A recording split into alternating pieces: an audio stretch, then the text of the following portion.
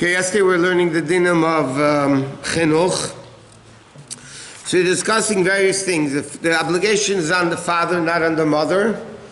But there's certain things, practically speaking, the mother raises the kid more than the father. So practically speaking, she has to be mechanech the kid more than before.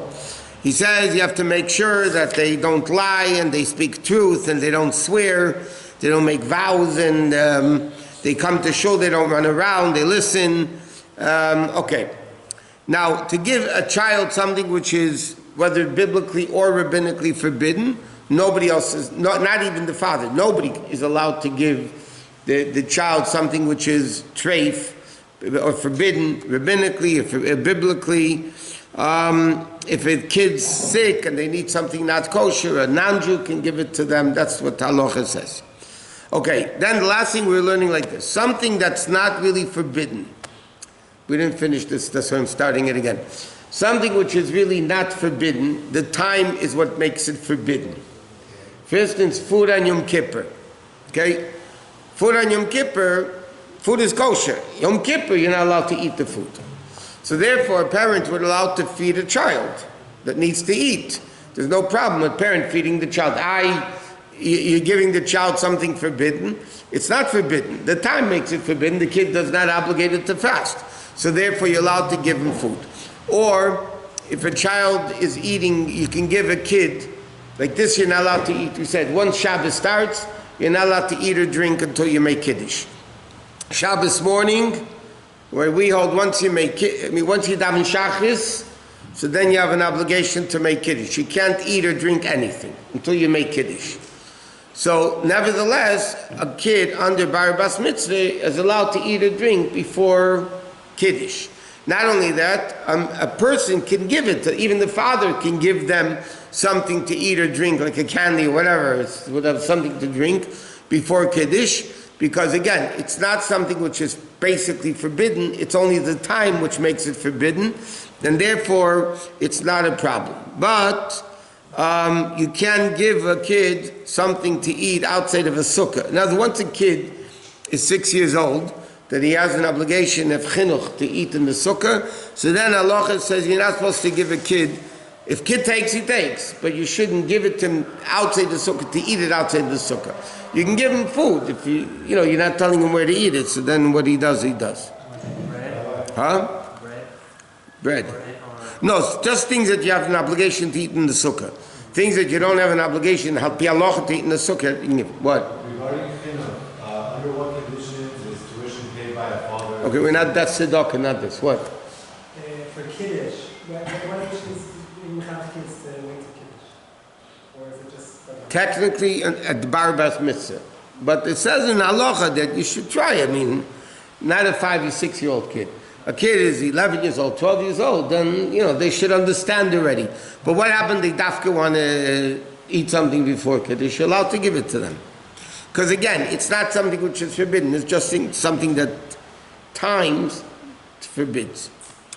Now here's another interesting din in Shulchan Aruch. Kitzer brings it down, it's brought down all over the place, that a kid that's under 9 even, you can't have him carry things for you on Shabbos, even if it's a Dvar Mitzvah. To give a simple example, let's say there's no Erev in the city, you don't use the Erev or whatever, so you want to give your 6-year-old kid to carry your talis to shul for you on Shabbos.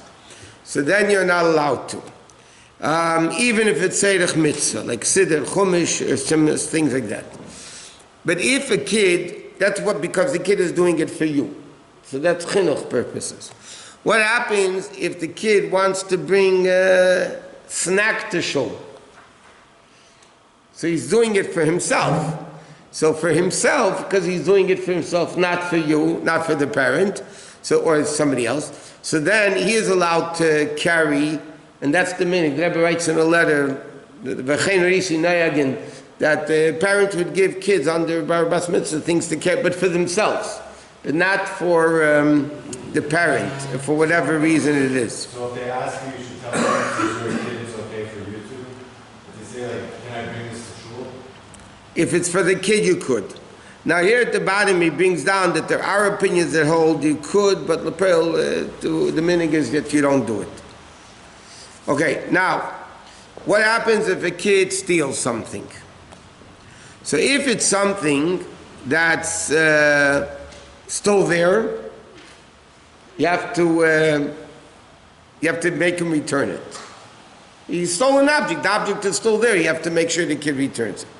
If it's not around anymore, so a Bais Din can make him pay for it even after he becomes bar mitzvah. But when the kid does become bar mitzvah, what's called latzis yidei shemayim, to get free in heaven, he has an obligation to pay it back. Or the same thing, this is the din that Rabbi Yosef brings out in Shulchan Aruch and Shabbos, that a kid who's not a baby, but a 9-year-old kid, 8-year-old, 10-year-old kid, whatever, that does an Aveda, even though they're not punishable for it because they're under bar and bas mitzvah, it's appropriate that they do tshuva after they become an adult. So let's discuss this halacha a little bit. Kids should not be what's called a Shabbos goy. You need something in the house, okay, ask the kid to turn on the light, turn on this. If you're not allowed to do it yourself, you're not allowed. A kid is not a Shabbos goy. Like we said in Shulchan Aruch, it also says that the kid, when they become bar and bas mitzvah, should do tshuva for those sins that they did even when they were a kid. So the kid is not a Shabbos goy. Now, sometimes, and this happens very often, a person is sick and they need to do certain testings. I'll give you an example. Somebody has diabetes, they need to check on Shabbos, especially when they first have it. You have to check on Shabbos every few hours. You have to prick yourself and check your sugar level. Okay? So how can the adult do it? I mean, the adult doing it, mamish making bleeding on Shabbos, which is one of the lamtas malachos of shechita. So the question, what do you do?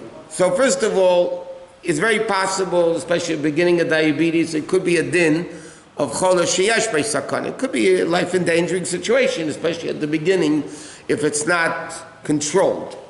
So it's very possible that people themselves could do it. But what happens if they need to do those testing, or whatever it is, a different test they need to do, whatever it may be. So the din is as follows. The choices of A, B, C of what should be done.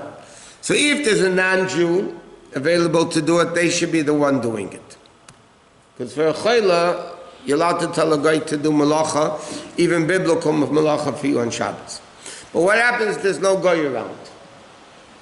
And people have issues that need to do testing, which could be desecration of Shabbos. So in those cases, halacha says, it's better to have a kid.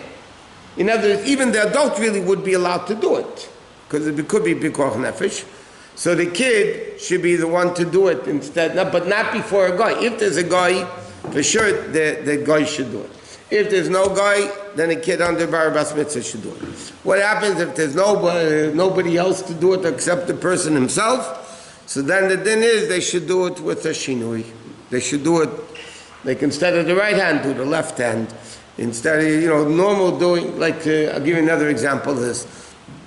Somebody is in the hospital and they need to call a nurse and there's nobody around. So you have to press the call button, right, to call the nurse. So generally speaking, you can assume, it's a broad term, it's not, generally speaking, somebody who's in the hospital has a din of chola sheyesh bei sakana. If not, he wouldn't be in the hospital, or she wouldn't be in the hospital. I can't say always, but many times a person in the hospital would have a din of chola sheyesh bei sakana. So what happens if there's no nurse around? You need a nurse, and you need to press the call button. So now you can press the call button to the nurse with your fingers. That's the normal way of doing it. Or if there's nobody around and you need really to call the nurse, so you could do it with a shinui. In other words, you could do it with the with the back of your hand. You could do it with your elbow. What do you gain by doing it with a shinui? Any malacha on Shabbos, we learned already many times, any malacha that's forbidden on Shabbos, that you do differently than you normally do it, so then it's only rabbinically forbidden. not biblically forbidden. If it's rabbinically forbidden, it's much more lenient, halachically, than it is a biblical thing. If somebody goes to the hospital, let's say, and they need to sign their name. Okay, you come in, you're having a baby, you have to go into the hospital, you have to sign your name. So a lot of hospitals, if they're from people, they could arrange it before Shabbos. But what happens if you're in a situation the hospital needs to sign, you need to sign your name. So, Bais Din, you're allowed to, because it's a woman's having a baby, it's a life-endangering situation, halachically. Or a procedure, whatever it may be. But halacha suggests that if you're a right-handed person, sign the papers with your left hand. Because that's not the normal way you write. If it's not the normal way you write, it's only rabbinically forbidden. Because the Torah only forbids biblically those things that you do the normal way of doing it. So you sign the paper with your left hand.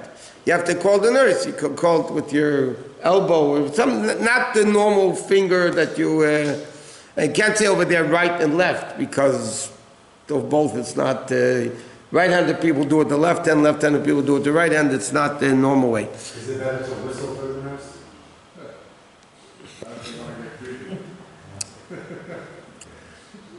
Believe that to your imagination. So then it would be better. So again, the order is, a kid normally, you're not allowed to have a kid do something which is forbidden on Shabbos. But if there's nobody else and there's no guy, it's better a kid than the adult doing it. And if the kid could do it with a shinu, it's even better. But you have to explain to the kid that, this is a unique situation. So in this situation, the child is alive. They shouldn't think you could just do it on Shabbos. They have to be told that this is a unique situation, that the child is allowed to do something on Shabbos. Okay, coming back to the... So therefore, again, a kid is not a Shabbos guy, so you're not allowed to have a kid do halachos for you on Shabbos, or carry things on you for you on Shabbos. If you're not allowed to do it, you can't ask a kid to do it. Again, unless if he's doing it for himself. If he's doing it for himself, then you're allowed to. Another interesting din in chinuch is you're not allowed to scare a kid with frightening things. Now, you're not allowed to, the case in Shulchan Aruch is, you're not allowed to tell him that a dog is going to eat you up, or a cat is going to come and swallow you up, or crazy things like that. That it's forbidden to tell him. And also, it's interesting, it's a simple logic, but halacha says it like every other thing in Torah. You can't tell a kid, I'm going to hit you later. If a kid did something wrong, or for that matter, a kid did something right, you're not allowed to tell the kid, I'm going to hit you later, or I'm going to buy you a prize later. In other words, he says like this. Why? Because, first of all, in the world of chinuch, kids don't know later. Say little kids don't know later. Kids know now. They do something good, you can't say, okay, next week I'll buy you a present.